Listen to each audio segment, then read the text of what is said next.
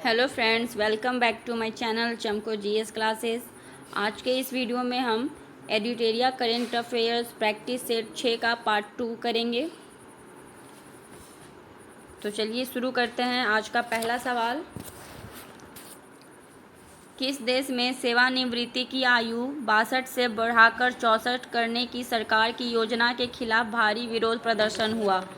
तो इसका सही जवाब है France. Option number C, France. France में सेवानिवृत्ति की आयु 62 से बढ़ाकर 64 करने की सरकार की जो योजना थी उस पर वहाँ पर काफ़ी विरोध प्रदर्शन किया गया है। अगला सवाल है, निम्नलिखित में से किस महिला हॉकी खिलाड़ी के नाम से उत्तर प्रदेश के रायबरेली में हॉकी स्टेडियम बनाया गया है? तो इसका सही जवाब है रानी रामपाल।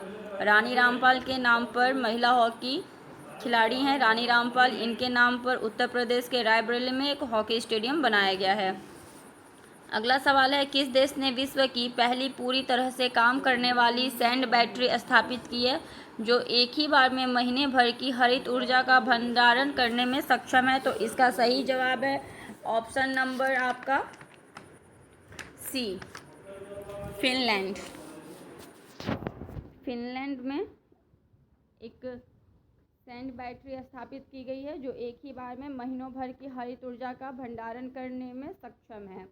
अगला सवाल है हमारा, प्रधानमंत्री नरेंद्र मोदी ने डैश में ग्लोबल मिलेट श्री अन्न सम्मेलन का उद्घाटन किया। इस अवसर पर उन्होंने अंतर्राष्ट्रीय मिलेट वर्ष 2023 पर एक डाक टिकट और सिक्का भी जारी किया है। तो इसका सही जवाब है हमारा ऑप्शन नंबर सी, नई दिल्ली।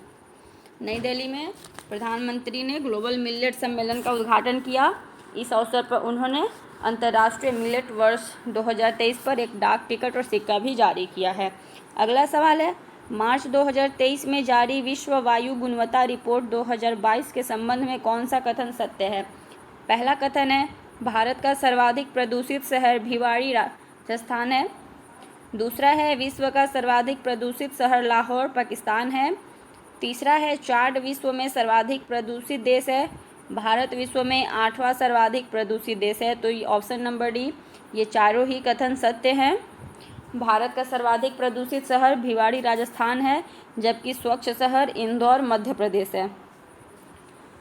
और विश्व का सर्वाधिक प्रदूषित शहर लाहौर है जो कि पाकिस्तान में है। और चाड जो है वो सर्वाधिक प्रदूषित देश है और भारत का विश्व में 8वां स्थान है प्रदूषण में। सोच सकते हैं भारत कितना ज़्यादा प्रदूषित है।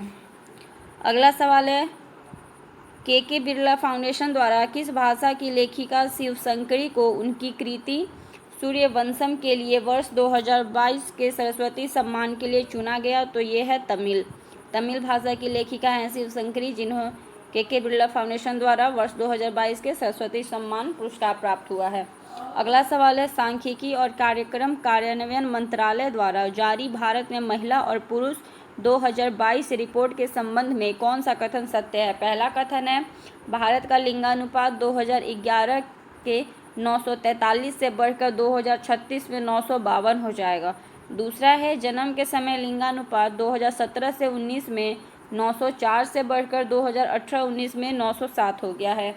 तीसरा है, विवाह के लिए औसत आयु 2017 में 22.1 वर्ष से बढ़कर 2020 में 22.7 वर्ष हो गई है। तो ऑप्शन नंबर डी सही है, ये तीनों ही कथन सही हैं। अब ध्यान रखेंगे, 2011 में भारत का लिंगानुपात 943 था जो कि 2036 में 952 हो जाएगा। 2017 से 19 में लिंगानुपात 904 था और उससे बढ़कर 2018 से 19 में 907 हो गया। विवाह के लिए औसत आयु 2017 में 22.1 वर्ष थी जो कि 2020 में 22.7 वर्ष हो गई है। अगला सवाल है, Stockholm International Peace Research Institute report के संदर्भ में कौन सा कथन सत्य है? तो हमारा पहला कथन है, 2013-17 और 2018-22 के बीच भारत सैन्य हार्डवेयर का दुनिया का शीर्ष आयातक देश था। ये सही है। अगला है, 2013-17 और 2018-22 के बीच अमेरिका सबसे बड़ा सैन्य सामग्री निर्यातक था। तीसरा है दुनिया के हथियारों और सैन्य उपकरणों के कुल आयात में भारत की हिस्सेदारी 11% है। ऑप्शन नंबर डी उपर्युक्त सभी, तो इसका ऑप्शन नंबर डी बिल्कुल सही है। ये तीनों ही कथन अपने आप में सही हैं। ध्यान देंगे 2013 से 17 और 18 से 22 के बीच अमेरिका सबसे बड़ा सैन्य सामग्री निर्यातक था। ऐसा कोई दुनिया में युद्ध नहीं है जिसमें अमेरिका का शस्त्र इस्तेमाल न किया गया हो। अमेरिका का यही है कि वो बेचने में बिलीव करता है और लड़ाने में बिलीव करता है। लड़ाता इसलिए है ताकि वो अपना सैन्य सामग्री बेच सके। अब वो इतनी भारी मात्रा में इनका उत्पादन ही करता है, प्रोडक्शन ही करता है, तो उसे सेल करने के लिए मार्केट भी तो चाहिए। तो जब तक युद्ध नहीं कराएगा तब तक कहाँ से सेल करेगा, किसे सेल करेगा जाकर। तीसरा है दुनिया के हथियारों और सैन्य उपकरणों के कुल आयात में भारत की हिस्सेदारी 11% है, तो ये सही है। अगला सवाल है हमारा, मार्च 2023 में भारत ने किस देश के साथ सेमीकंडक्टर आपूर्ति श्रृंखला स्थापित करने और नवाचार भागीदारी पर समझौता ज्ञापन पर हस्ताक्षर किए हैं? तो इसका सही जवाब है हमारा बिल्कुल ऑप्शन नंबर ए, यूएसए। मार्च 2023 में भारत ने यूएसए के साथ सेमीकंडक्टर आपूर्ति श्रृंखला स्थापित करने का हस्ताक्षर किया है यूएसए के साथ भारत ने। अगला सवाल है, चक्रवात फ्रेडी ने सबसे लंबे समय तक सक्रिय रहने वाला उष्णकटिबंधीय चक्रवात का रिकॉर्ड बनाया है। इसने निम्नलिखित में से किस देश को प्रभावित किया है? तो यह मेडागास्कर, मोजाम्बिक और मलावी, इन तीनों देशों को ही प्रभावित किया है। मेडागास्कर, मोजाम्बिक और मलावी, आप ये तीनों देश अच्छे से याद रखेंगे। हो सकता है कि आपके एग्जाम में ये तीनों ऑप्शन दे और एक चौथा ऑप्शन ऐसा दे जो कि इसमें नहीं है प्रभावित, और ऑप्शन सवाल इस तरह से हो कि इनमें से किन्हें प्रभावित नहीं किया है। तो आप ये तीनों ही देश का याद रखेंगे। चक्रवात फ्रेडी ने सबसे ज़्यादा इन्हें मेडागास्कर, मलावी और मोजाम्बिक को प्रभावित किया है। अगला सवाल है, प्रीतजकर आर्किटेक्चर पुरस्कार 2023 के विजेता के रूप में किसे चुना गया? तो सर डेविड चिपरफील्ड को प्रीतजकर आर्किटेक्चर पुरस्कार 2023 के विजेता के रूप में चुना गया है। किस केंद्रीय मंत्रालय ने विमेन आइकॉन लीडिंग स्वच्छता पुरस्कार 2023 की घोषणा की है? तो इसका सही जवाब है ऑप्शन नंबर ए, आवासन और शहरी मामलों के मंत्रालय। आवासन और शहरी मामलों के मंत्रालय ने विमेन आइकॉन लीडिंग स्वच्छता पुरस्कार 2023 की घोषणा की है। आज का अगला सवाल है हमारा, सलहोतु ओनुओ क्रूस ने किस राज्य की पहली मंत्री के रूप में शपथ ली? आप नाम ध्यान में रखेंगे, नागालैंड, इनका नाम ध्यान में रखेंगे, सलहोतु ओनुओ क्रूस ने नागालैंड के पहली मंत्री के रूप में, महिला मंत्री के रूप में शपथ ली है।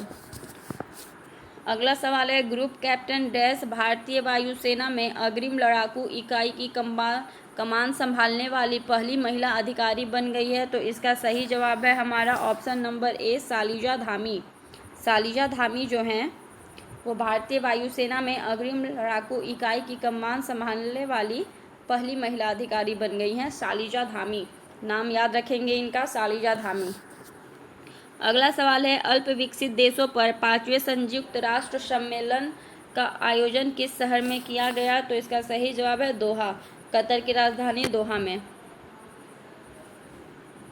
5वें संयुक्त राष्ट्र सम्मेलन का आयोजन हुआ है दोहा में। अगला सवाल है, 28 और 29 मार्च को दूरसंचार विभाग द्वारा पहला अंतर्राष्ट्रीय क्वांटम संचार कॉन्क्लेव कहाँ आयोजित किया गया? तो इसका सही जवाब है हमारा ऑप्शन नंबर डी, नई दिल्ली। नई दिल्ली में इंटरनेशनल क्वांटम संचार कॉन्क्लेव का आयोजन किया गया है 28 से 29 मार्च के बीच, 28 से 29 मार्च तक। अगला सवाल है, 32वां व्यास सम्मान 2022 से संबंधित निम्नलिखित कथनों पर विचार करिए और फिर पूछा है कि इनमें से कौन सा सही है। तो पहला कथन है, हिंदी लेखक डॉक्टर ज्ञान चतुर्वेदी के उपन्यास पागलखाना को 32वें व्यास सम्मान 2022 के लिए चुना गया। तो ये बिल्कुल सही है, आप इसे याद रखिएगा। डॉक्टर ज्ञान चतुर्वेदी, उनका उपन्यास है पागलखाना, जिसे 32वां व्यास सम्मान 2022 के लिए चुना गया है। अगला है, यह पुरस्कार के बिरला फाउंडेशन द्वारा दिया जाता है। तो यह बिल्कुल सही है। व्यास सम्मान, सरस्वती सम्मान, ये सब के बिरला फाउंडेशन द्वारा ही दिया जाता है। तो ये ऑप्शन नंबर सी, दोनों ही कथन सही हैं।